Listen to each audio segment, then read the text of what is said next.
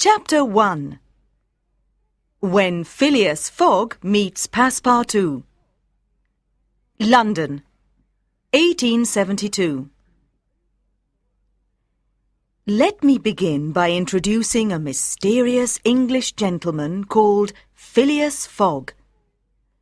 Most people don't know very much about him, but because he does the same thing every day, some people think they know everything about him. He is very handsome, and he is a true gentleman. He is certainly rich, but no one knows how he made his money. Has he ever been to another country? He can name a lot of countries on a world map, and he knows the most incredible things about them. He probably travelled at one time, but some people insist that he has not left London for many years. Maybe he only travels in his head. He is a very private man, and he does not have many friends. The only time he speaks to other people is at the Reform Club, where he goes to read newspapers and play cards. He does not play to win. He plays for the enjoyment of the game. He often wins, but he does not keep the money. He gives it to charity. He likes to see his games as a challenge that does not require any physical effort. He has lunch at the Reform Club every day, in the same room, at the same table. He goes home at midnight.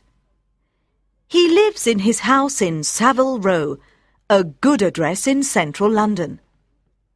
No one ever goes there except his manservant, who must always be on time and be completely loyal to Phileas Fogg. In fact, this very morning, his manservant lost his job because the water he brought Phileas Fogg was too hot to shave with. And this is where our story begins. Phileas Fogg was sitting in his armchair waiting for his new manservant at some time between 11 and 11:30. At exactly 11:30, Mr. Fogg goes to the Reform Club. He looked up at the hands of the large clock by the wall that counted every second with a loud tick. There was a knock at the door, and a young man of about 30 came in. "You say that you are French, but your name is John?" asked Phileas Fogg, looking at him carefully. Jean, sir, not John, said the young man. Jean Passepartout. I am an honest man, sir, and I must tell you that I haven't been a manservant all my life. I was a physical education teacher and a music teacher. Then I became a singer. I once rode a horse in a circus, and for a time I worked for the fire brigade in Paris. I found out that a certain Mr. Fogg was looking for a manservant. He is a very clever, careful man, they told me.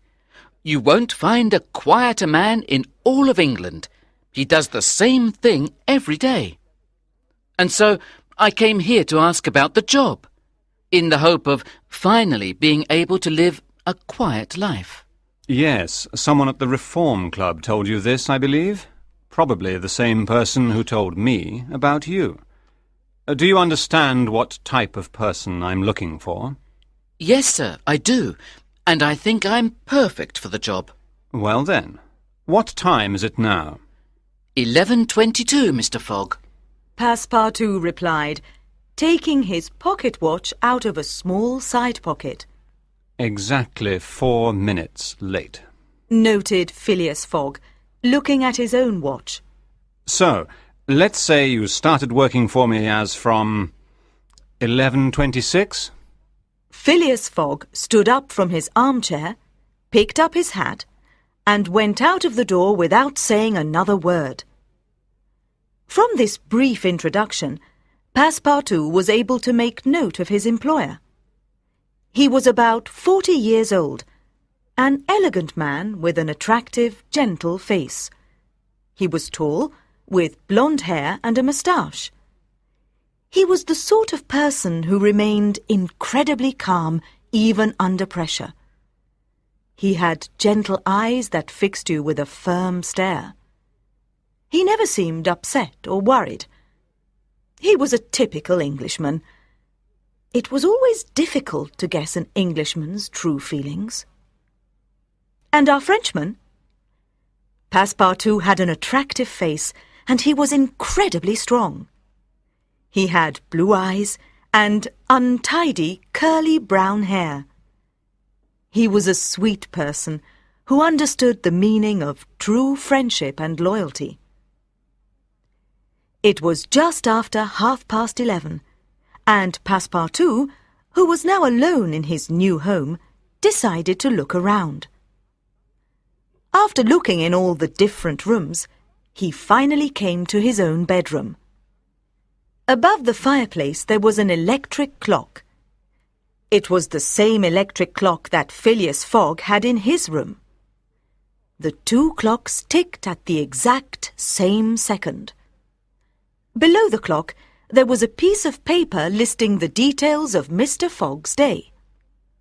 Not bad at all, thought Passepartout. A man who is as regular as clockwork. This is just what I was looking for. Chapter 2. When Phileas Fogg Makes a Bet. 2nd of October. Every day, Phileas Fogg left his house at 11:30. He put his right foot in front of his left foot 575 times. He knew the exact length of every step.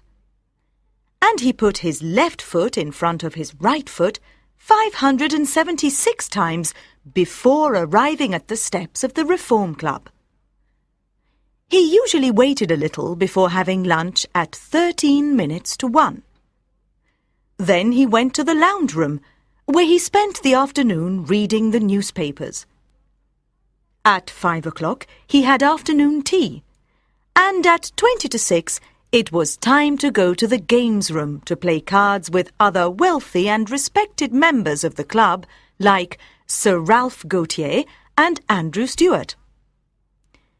On this particular day, Andrew Stuart started to read a story to them from the evening newspaper about a robbery at the Bank of England. The robbery took place on the 29th of September. The thief stole £55,000, while the head cashier was busy writing a receipt for just a few pence. England's best detectives were looking for the thief after hearing that the Bank of England was offering a reward of £2,000 to the person who was able to catch the thief. From the first investigations into the robbery, they knew only one thing for certain. He was an elegant, well-spoken gentleman. While the other members of the club sat at the table, ready to play their game of cards, Andrew Stuart continued to talk about the robbery. Where do you think the thief is hiding? He could be anywhere. The world is so big. It isn't so big anymore, replied Phileas Fogg. What do you mean? Said Andrew Stuart with a laugh. The earth doesn't get any smaller. Ha! But the earth is smaller, said Sir Ralph Gautier. If you think that we can now go around it 10 times quicker than we could 100 years ago. Did you know that today a man can travel around the world in only 3 months? 80 days, to be exact. Phileas Fogg corrected him. 80 days? Asked a surprised man at the table. Well, maybe that's true, but only if you don't consider bad weather, storms, shipwrecks and other things, said another. In 80 days, considering all possible events, continued Phileas Fogg.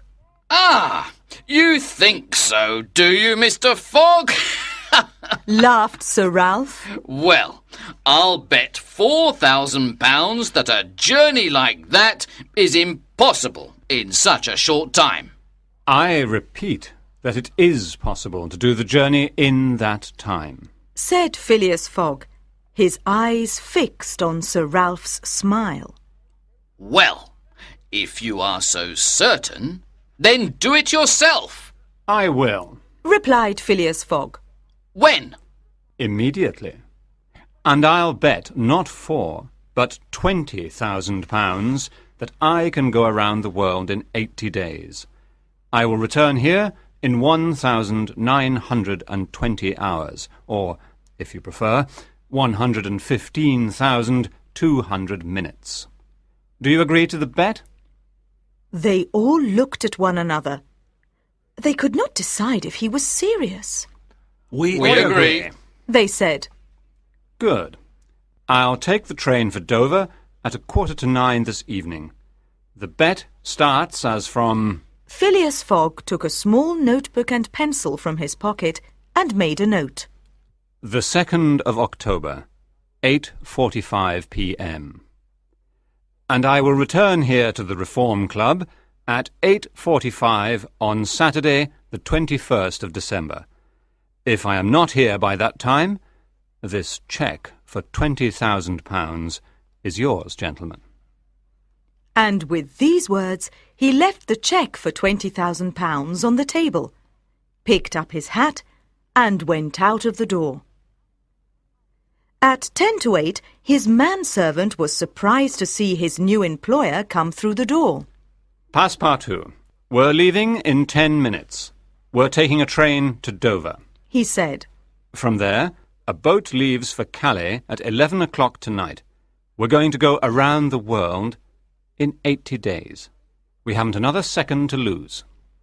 His employer did not seem to be in a hurry. The opposite, in fact. He spoke a little quicker, but he behaved in the same calm way. Around the world? Said Passepartout to himself. Well, really? He thought, shaking his head. Just when he finally thought he had the perfect job.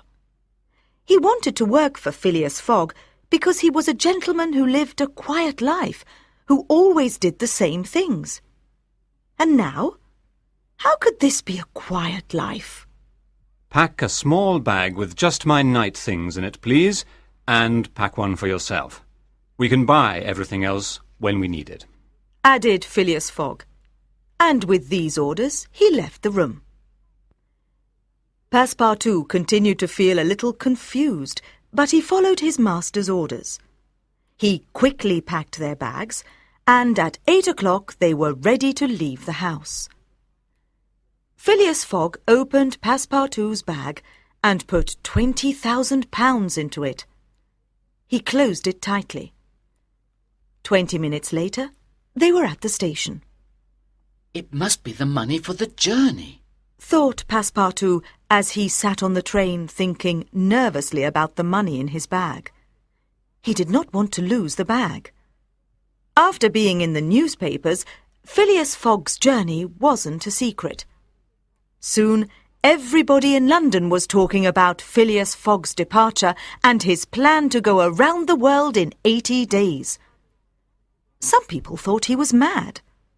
Others said he was a genius.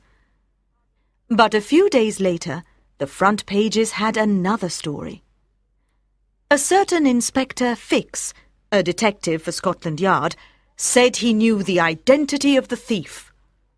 All the evidence pointed in one direction, to a well-known and respectable member of the Reform Club, Mr. Phileas Fogg. Chapter 3. When Gentlemen Are Thieves.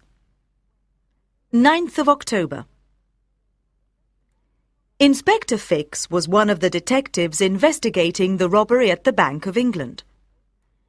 In his years as a detective, he knew only one thing for certain. All the biggest criminals looked like respectable gentlemen. The money, the quick departure, it all made sense. Phileas Fogg was a respectable gentleman, and he, Inspector Fix, wanted to get the reward for catching him. He soon discovered that Phileas Fogg was on the Mongolia, a ship that sailed from Brindisi in Italy to Bombay in India.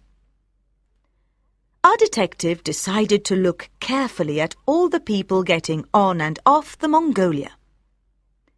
On Wednesday, the 9th of October, Inspector Fix saw Phileas Fogg and his manservant as they arrived in the Suez Canal.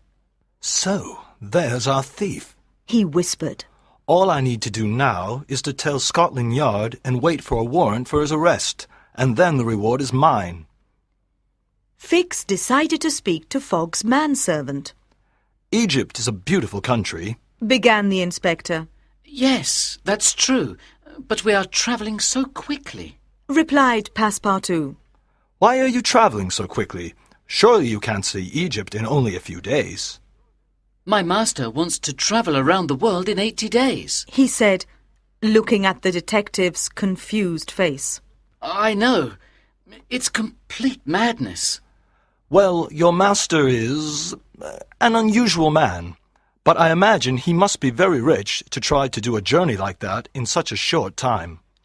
To tell you the truth, he has the money he needs.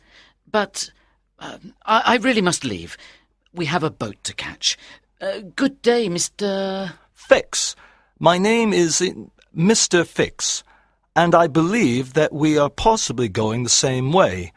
Are you also going to Bombay? Yes, we are. Sorry, not to introduce myself. My name's Jean Passepartout. I'm sure we'll see each other again.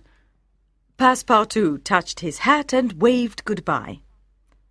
His conversation with Passepartout made Inspector Fix feel even more certain that Phileas Fogg was the thief. I must stop him, he thought. But how? Without the warrant for his arrest, it was impossible, and he could escape again. He was worried. Phileas Fogg, on the other hand, was carefully planning his journey.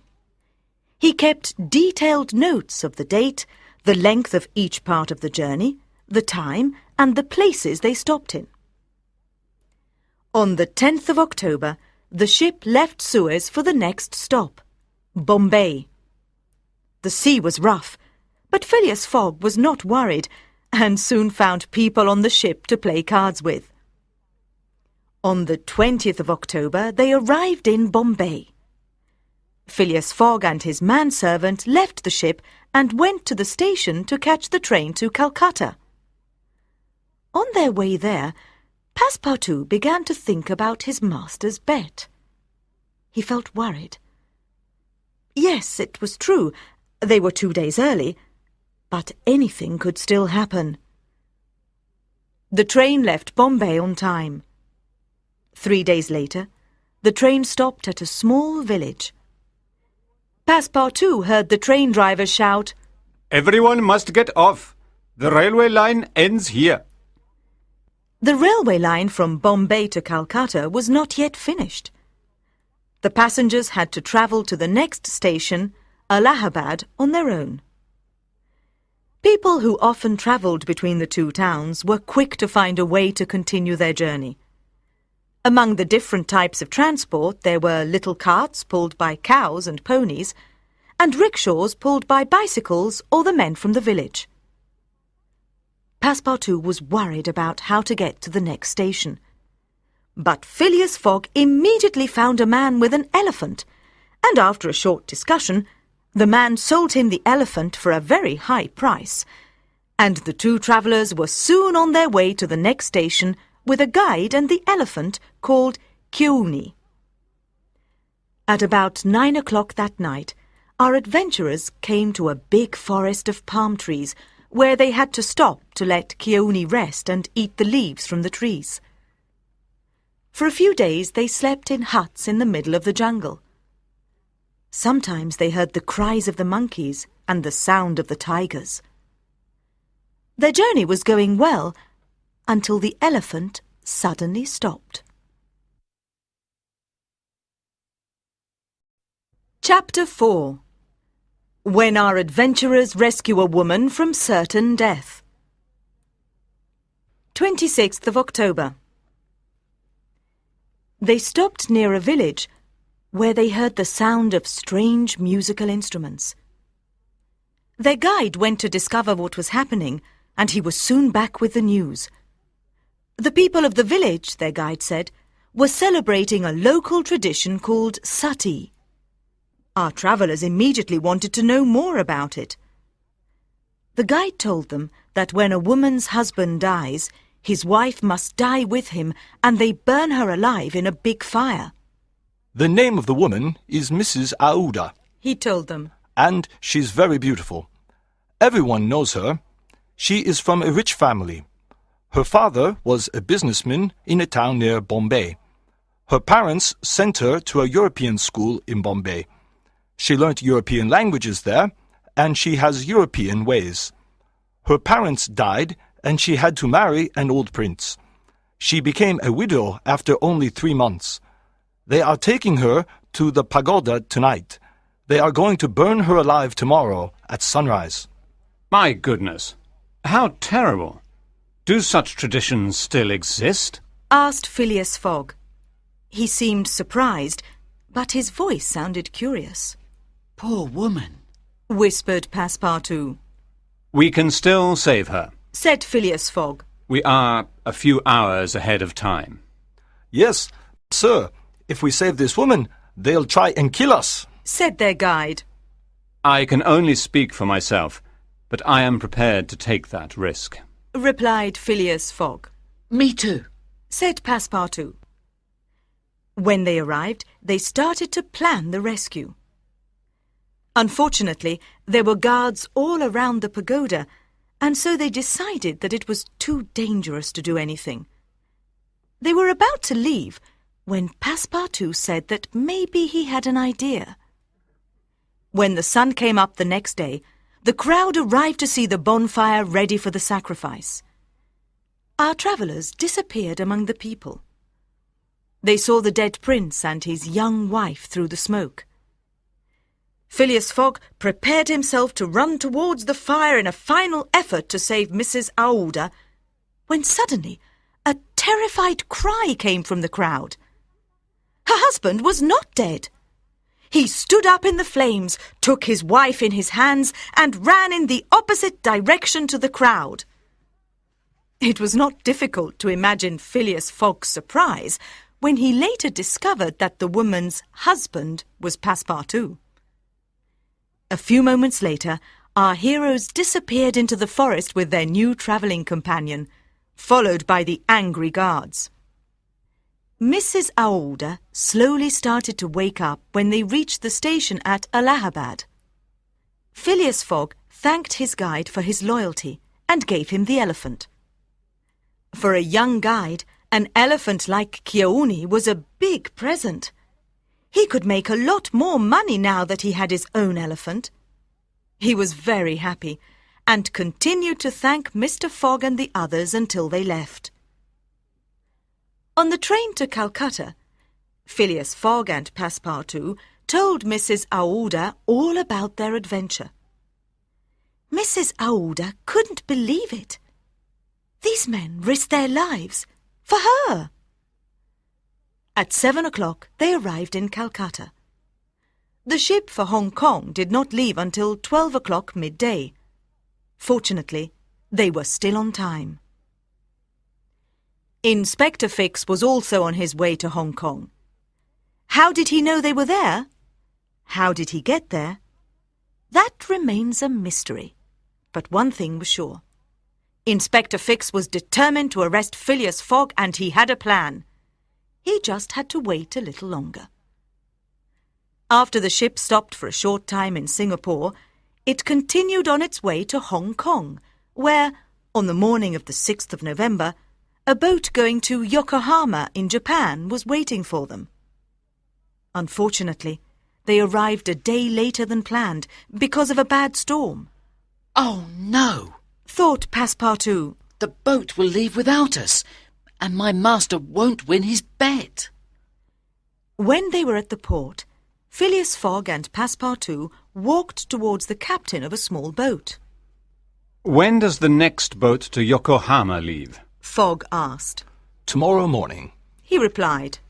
Didn't it leave this morning? No, they had to repair it, so it's not leaving until tomorrow. Passepartout was very happy to hear this good news and shook the captain's hand.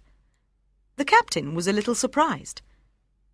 Phileas Fogg simply wrote how late they were in his diary. The 6th of November, minus 24 hours. Chapter 5. When Passepartout becomes an acrobat. 6th of November. Hong Kong was the last country they travelled to under British law. This was the inspector's final opportunity to get an arrest warrant for Phileas Fogg. It was not difficult to imagine his anger when he discovered that the British officials in Hong Kong knew nothing about the warrant and told him he had to wait for it. His only chance to arrest Phileas Fogg was to keep him in Hong Kong. But how? While he was thinking about this, Fix recognised Passepartout walking down the steps of the Carnatic, the ship which was taking them to Yokohama. An excited Inspector Fix ran towards him. Nice to meet you again, Mr. Fix. We met in Egypt, in the Suez. He shook his hand. He was a little out of breath. I'm sorry, Mr. Fix, but I really don't have time to talk, said Passepartout, and he continued walking. Of course, I won't stop you, but tell me, do you always go everywhere so quickly? I need to go back to the hotel to tell my master that the Carnatic isn't leaving tomorrow morning. The repairs are complete, and the ship is going to leave tonight. Oh, I understand. But let me walk with you on the way to your hotel, said Inspector Fix. The two men talked about Hong Kong and their journey. Suddenly, Fix had an idea. Maybe I can stop Passepartout from telling Phileas Fogg about the ship, and then the ship will leave without him. He thought to himself. It's still early. Inspector Fix began. Why don't we have a drink, Monsieur Passepartout? I know a nice place near the hotel. I'm sure we can stop for a drink. It's difficult to find a good friend to talk to after such a long journey away from home. Well, just one drink, said Passepartout, who was enjoying his conversation with Inspector Fix. When they were inside the bar, the detective's plan was complete. He ordered the drinks and asked the barman to make a very strong drink for Passepartout. Less than an hour later, Passepartout was drunk and fell asleep at the table. Ah, Phileas Fogg will never know about the ship now, he said to himself. And now, Mr. Fogg, I just need to wait until I have the warrant for your arrest, and it won't be long now, you can be certain of that. The next day, when Phileas Fogg woke up, he was a little surprised to see that Passepartout was not there. He packed the suitcases himself and paid the hotel bill. Then he went straight to the port with Mrs. Aouda. But Passepartout was not there. How strange, thought Phileas Fogg.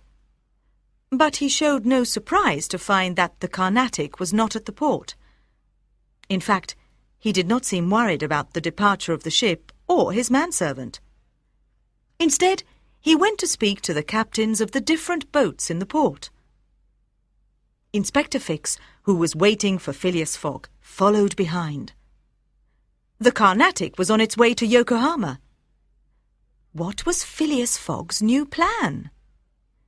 Fix saw him pay the captain of a small ship, who agreed to leave immediately. Oh, no, thought Inspector Fix. He always thinks of something. That thief! He can't escape, not now. Fix was very angry and upset.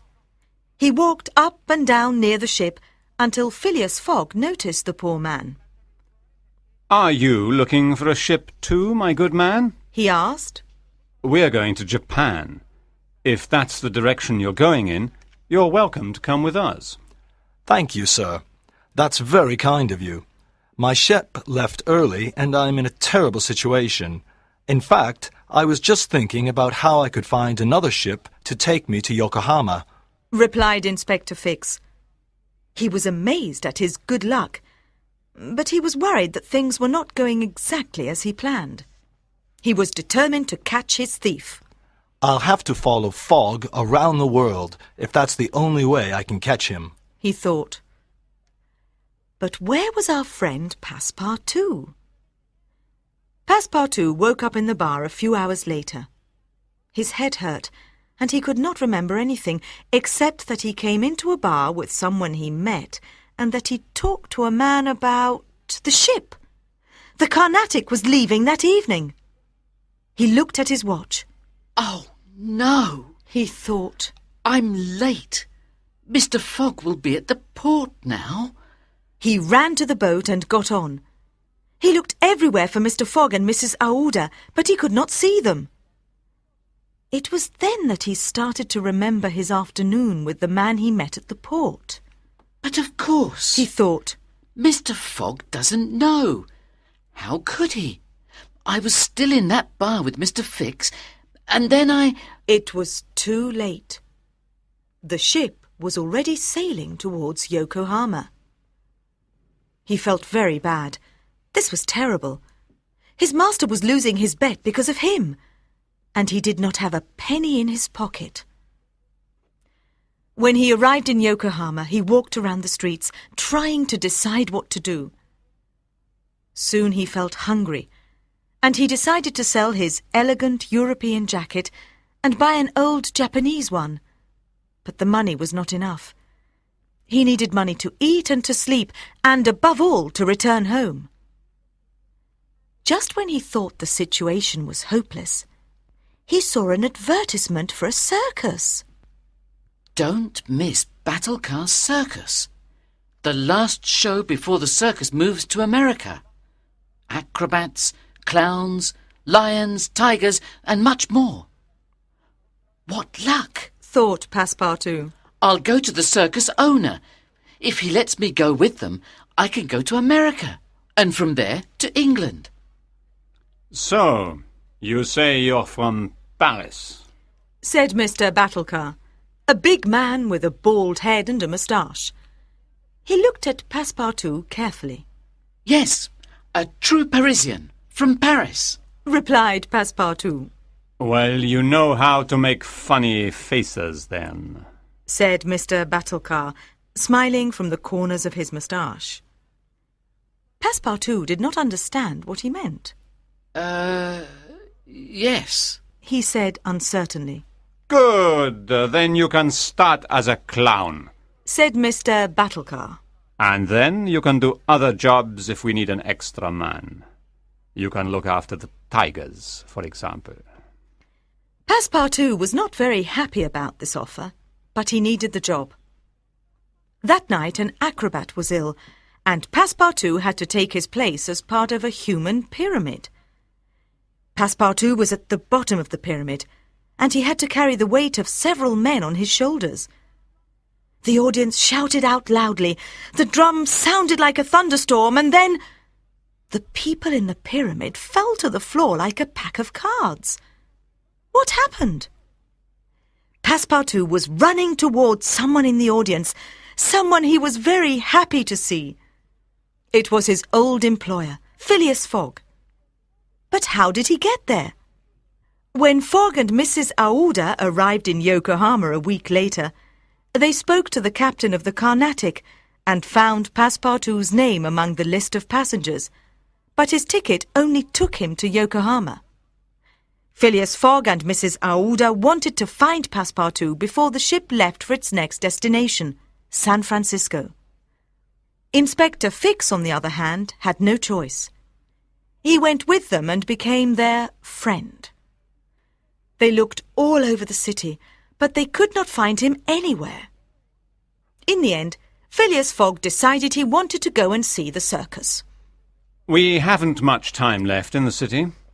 Let's go and see the circus. I believe it's very good, he told the others. Mr. Fix and Mrs. Aouda agreed. Phileas Fogg did not see his manservant among the acrobats, But his manservant certainly saw him, and he left everyone else in the human pyramid in a big group of arms and legs on the floor. They had no time to say sorry to a very angry Mr. Battlecar. The Carnatic was leaving for America. Chapter 6. When Our Friends Risk Their Lives. 25th of November. They were now sailing across the Pacific on the Carnatic in the direction of San Francisco. On the journey, Passepartout started to remember more details about his evening with Mr. Fix, and he began to ask questions. Why did the man try and keep him in the bar for so long? Why was he doing the exact same journey as them?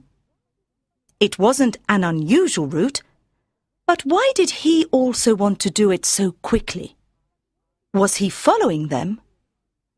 I'm going for a walk. I believe Mrs. Aouda will join me.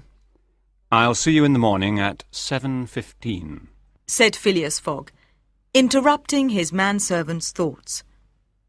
His master certainly did not look worried, and Passepartout decided that he had to think about just one thing. His master had to win his bet. In the next few days, it became clear that Mrs. Aouda was very close to Phileas Fogg.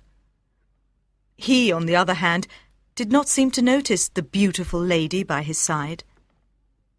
When they arrived in San Francisco, he made a note in his diary. Tuesday, 2 hours ahead. Wednesday, 3 hours behind. Thursday, arrived in San Francisco on time. The same evening, at exactly 6 o'clock, our adventurers left San Francisco to travel to New York. The journey that once took 6 months to complete now took 7 days on the new Union Pacific Railroad that took the passengers from San Francisco in the west to Omaha in the central state of Nebraska. From there, Phileas Fogg hoped to continue to New York for the final part of their journey, crossing the Atlantic to England on the 11th of December. On the train, Passepartout sat next to Inspector Fix, but he did not want to talk to him. He was still confused by his behaviour in the bar, and he did not like him. After just 1 hour, it started to snow. Fortunately, the snow did not slow down the train. However, about 9 o'clock the next morning, the train stopped. To their amazement, it was not because of the snow, but because hundreds of buffaloes were crossing the tracks in front of the train. Passepartout became very impatient. I can't believe this, He shouted. This country has a modern railway, and the train must stop for a group of animals. The train driver told them he had no choice. The buffaloes were not moving and they could damage the engine. They had to wait until the buffaloes moved across the tracks 3 hours later. As they went through the mountains in Wyoming, Phileas Fogg taught Mrs. Aouda how to play cards.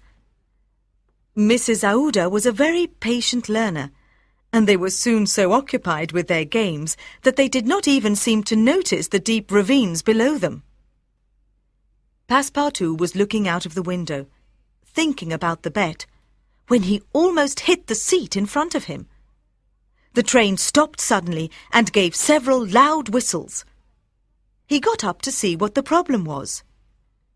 He saw the driver talking to a man from the next station, a place called Medicine Bow. The station guard sent me to tell you that you can't go any further, he said. The bridge across the ravine is not safe, and it can't take the weight of the train. We have sent a telegram to Omaha, but it will be 6 hours before another train arrives. We can't stay here all night. We'll die of cold in this snow, shouted one of the passengers, hearing their conversation. Yes, but it will take 6 hours to go on foot to the next station, said the train driver's assistant. I think I have an idea, said the train driver. We can get our train across the bridge if we go fast enough. Passepartout was interested to hear more. If the train moves at its top speed, the train won't be as heavy on the bridge, He continued. and we can get across before the bridge breaks. Passepartout was worried for himself and the other passengers. The bridge could break before the train reached the other side. He could not understand why the other passengers seemed to think this was a good idea. Isn't there a simpler solution, perhaps? He began to ask the driver. The driver was not listening. No, this is the best solution we have. He said. Yes, but maybe not the safest. Passepartout tried to explain that he had another idea. Maybe the passengers can go across the bridge on foot. Then the train could follow afterwards. He said to the train driver's assistant. No, the driver is right. If we go at top speed, we can get across the bridge. The train's leaving, Cried his assistant. The train driver blew the whistle and the train went back along the tracks about 2 kilometers. Then he blew the whistle again. The train moved faster and faster as it came closer to the bridge. In what seemed like minutes, or maybe it was only a few seconds, they were over on the other side, just in time to see the bridge fall into the deep ravine behind them. Chapter 7. When Phileas Fogg Comes to the Rescue. 1st of December. Their journey continued across the mountains of Colorado with no other surprises. At least for now. In 3 days and 3 nights, they travelled more than 2,200 kilometres. The passengers were soon familiar with the delays. These only seemed to worry Passepartout. Phileas Fogg continued to play cards with Mrs. Aouda, while Inspector Fix slept like a baby, his head going up and down with the gentle movement of the train. Passepartout correctly predicted more problems. He was right. A few days later, a group of Sioux Indians attacked their train. The Sioux rode their horses along both sides of the train. The passengers heard their battle cries before they arrived. Many of them knew what was happening. The horses of the Sioux moved faster than the train, and several arrows flew towards the train carriages until finally the train slowed down. Some of the passengers prepared to defend themselves. The Sioux jumped on the train. Their leader tied up the train driver and his assistant together and threw them off the train. Then they went towards the other carriages. "They're coming towards our carriage!" shouted Mrs. Aouda. Passepartout bravely hit one of the men over the head with the back of his gun. Then he left the others to see what he could do to stop the train and ask for help. We need to stop the train. Passepartout told another passenger. Maybe we can ask for help from a nearby town. There are soldiers at Fort Kearny, a few miles away, Replied the man. Good. Said Passepartout. We'll stop the train and someone can go and look for help. He knew that there was only one way to stop the train. To climb under it. He opened the door and went under their carriage. Then, with his great strength, he pulled himself along the bottom of the other carriages until he finally found the engine above his head. He separated the engine from the carriages and the train stopped. They were almost at Fort Kearny. The soldiers at Fort Kearny heard the cries of the Sioux and the sound of the guns coming from the train. They quickly got on their horses and went to see what was happening. The Sioux were surprised to see the soldiers who were already shooting at them from the distance. Let's go, Said their leader. but first, take that man who is giving us so much trouble. The group rode away on their horses, taking 2 passengers with them and the brave young Frenchman who was trying to save them. When the battle was over, Phileas Fogg could not find Passepartout. The Indians took him away. Said a passenger. Poor man, they'll kill him for sure. I'll find him and bring him back, dead or alive. Replied Phileas Fogg. Mrs. Aouda looked into his eyes. He was her hero. He truly was a wonderful person. We can save these people, but I need help. Phileas Fogg said to the soldiers. He left the fort with 30 soldiers and their horses and followed the direction of the Sioux. Mrs. Aouda and Mr. Fix waited for him at Fort Kearney. It was incredibly cold and the wind was blowing hard. Inspector Fix and Mrs. Aouda sat in the uncomfortable station waiting room trying to keep warm. From time to time they looked outside at the snow. The darkness of the night started to become morning, but she still could not see Phileas Fogg. Not long after the sun came up, they heard the sound of guns in the distance. They stood up, worried, and looked out of the windows. But there was no battle, just the sound of celebrations. A group of people, with Phileas Fogg in front, were coming on horses towards them. Passepartout and the 2 other passengers were sitting on the horses behind. They looked safe and well. Mrs. Aouda ran to meet them. Inspector Fix waited outside the station. Maybe he's not so clever after all, he decided. But we must return to England soon, and then I can arrest him. You're all back safe! This is wonderful! Mrs. Aouda cried. Everyone, except Passepartout, looked happy. Yes, we're safe, but Mr. Fogg will probably lose his bet because of me, said Passepartout. He left them to their celebrations and went to the station to find out about trains to New York. When's the next train to New York? He asked. The next one leaves tonight, was the reply. But we're already over 24 hours late. If the train leaves tonight, we'll be too late to get the boat. Passepartout felt very bad. He wanted to be a hero, and Phileas Fogg came to rescue him. At that moment, Inspector Fix returned with a man he was talking to outside the station. This man says he can take us to the station in Omaha in his sledge, he said. We can take a train to New York from there. The man had a strange sledge with sails. He explained to them that he often took passengers from one station to another in the winter when the snow stopped the trains, and that with a good wind behind them, they could go a lot faster than the train. Phileas Fogg agreed. They had no choice. They all climbed onto the sledge. The sledge travelled very quickly across the icy, flat lands of the central states. The passengers were very cold, and with an icy wind blowing in their ears, they did not speak for most of the journey. They were in Omaha in less than 5 hours.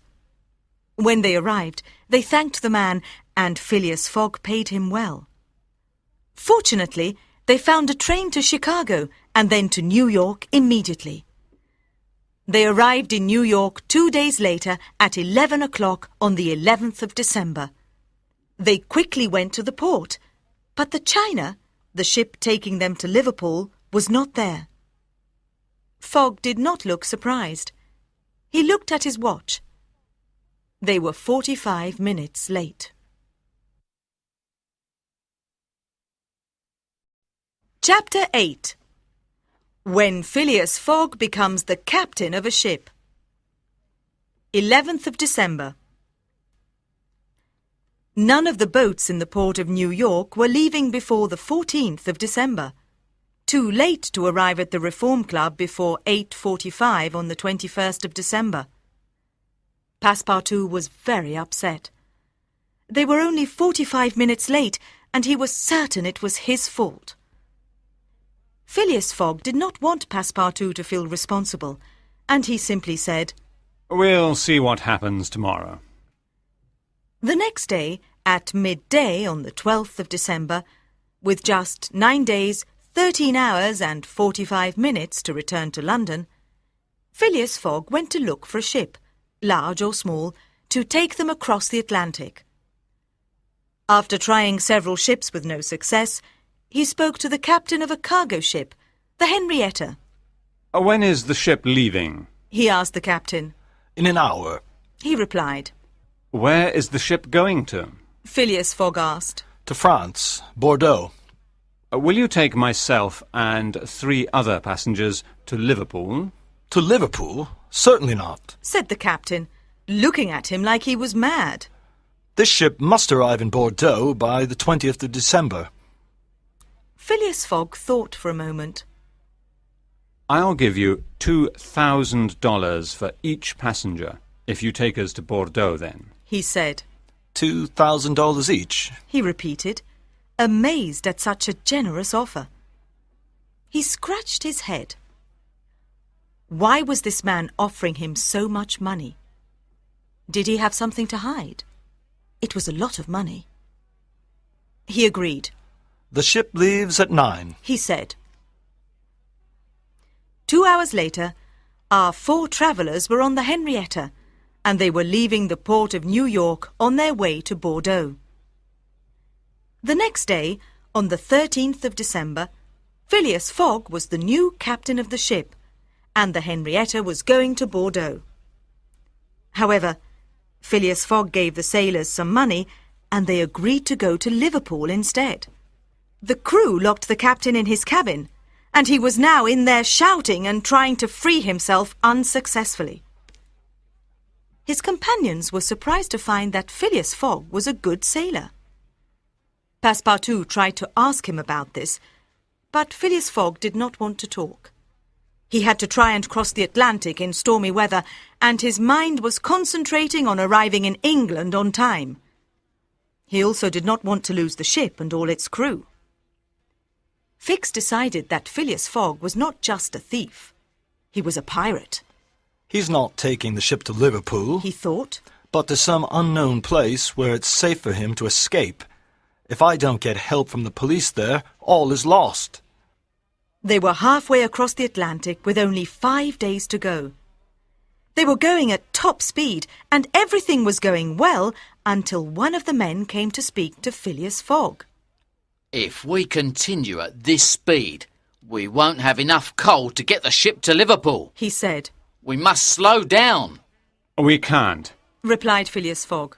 We'll burn all the wood on the ship if we have to, he told the worried crew member. When they came close to Ireland, only the outside metal of the body of the ship remained. The ship could not get to Liverpool, so they stopped in Ireland. Phileas Fogg took the ship to a port called Queenstown. From there they took a train to Dublin and then a ship to Liverpool. Inspector Fix did not understand the man. What was in Liverpool? What was in London that he wanted to return for? This voyage seemed endless. At 20 to midnight on the 20th of December, they finally arrived in Liverpool. They were exactly 6 hours away from London. Enough time to get to the Reform Club to win the bet. Inspector Fix put his hand on Phileas Fogg's shoulder. You are Mr. Phileas Fogg, is that correct? He said. Yes, said Phileas Fogg slowly. He was a little confused by the question. Phileas Fogg, I am arresting you in the name of the law, he said. In a moment, 2 policemen stood next to Phileas Fogg. Phileas Fogg was very angry. You? He began. I don't like men who have no loyalty to people who help them like his own friends. How could you do this when I thought you were an honest person? You are worse than a criminal. For the first time, Inspector Fix felt bad. He did not know what to do now that he did not have to follow Phileas Fogg around the world. He could see that he was not really a bad man. But he was a thief, and he wanted the reward for his efforts. He went out of the room. A policeman took Phileas Fogg away, and Mrs. Aouda started crying loudly. She put her head on Passepartout's shoulder, and they left. Phileas Fogg looked at the walls. He had no money. All his hopes were gone. He was in a police station because they thought he was a thief. He was losing a lot of money. He could only hope for one more amazing event to rescue him. It came sooner than he thought. Passepartout ran back to the police station with Mrs. Aouda. Then Inspector Fix arrived too. His hair was untidy and he could not breathe. Mr. Fogg! He cried when he could finally speak. Mr. Fogg, you are free to go. They caught the thief 3 days ago. Chapter 9. When it is better to travel east. 20th of December. Phileas Fogg was free and he knew exactly what to do. He looked at Inspector Fix and then he hit him. First with one hand, then with the other. Fix fell to the floor. Passepartout was very happy. Good. He told his master. Then he turned to Inspector Fix. That's what happens to people who behave like you! He shouted at the confused detective. They left the police station and went towards the railway station immediately. They were in time for the train, but the train was late, and when they arrived in London they looked up at the clock in Euston Station to see that it was 10 to 9. Phileas Fogg lost his bet by 5 minutes. Phileas Fogg accepted this in his usual way, without showing any particular emotion. Mrs. Aouda, on the other hand, was very emotional. She continued to cry. She did not know what to do. Passepartout was also worried for his master and his job. It was his master's choice to spend all his money on the bet, but he was such a good, honest person. It was not good to see him like this. He still could not stop thinking that it was his fault. The next day, Passepartout followed the same routine except for one thing. When they heard the sound of Big Ben at 11:30 the next day, Phileas Fogg did not go to the Reform Club. The house felt strange. It was like no one lived there. At about 7:30 that evening, Phileas Fogg asked Mrs. Aouda if he could come to her room to speak to her. Madam, He began sadly. I wanted to take you back to England with me, because I thought I could offer you a good life here. Now I am a poor man, and I have nothing to offer you. It was the first time Mrs. Aouda saw Phileas Fogg looking really sad. I know, Mr. Fogg, and I'm so sorry. You saved my life, you took time to rescue me, and you lost your bet because of me. Madam, I couldn't let you die that terrible death. But now you are here, and you need a way to live. I have my house and my possessions. But what about you? I don't need anything. Maybe your friends could, I have no friends. he said sadly. Well, what about your relatives? I have no relatives. It is easier to live in poverty when there are two of us to share it, said Mrs. Aouda, taking his arm. I want to be your wife. Mr. Fogg got up. Mrs. Aouda saw that there was a small tear in his eye. I love you, He said. and I want to spend my life with you. Oh, said Mrs. Aouda with a surprised cry. She was so happy that she put her hand to her heart. Passepartout came into the room and saw his master standing close to Mrs. Aouda. He understood immediately. This is wonderful news. He said. We all need some good news. Yes, Said Phileas Fogg. if you agree, Mrs. Aouda, we can get married immediately. Passepartout, do you know where Reverend Wilson lives? Passepartout ran to Reverend Wilson's house, but 5 minutes later, at 8:25, he was already back at the house. Tomorrow morning, He said out of breath. you can't get married Why? Asked Phileas Fogg.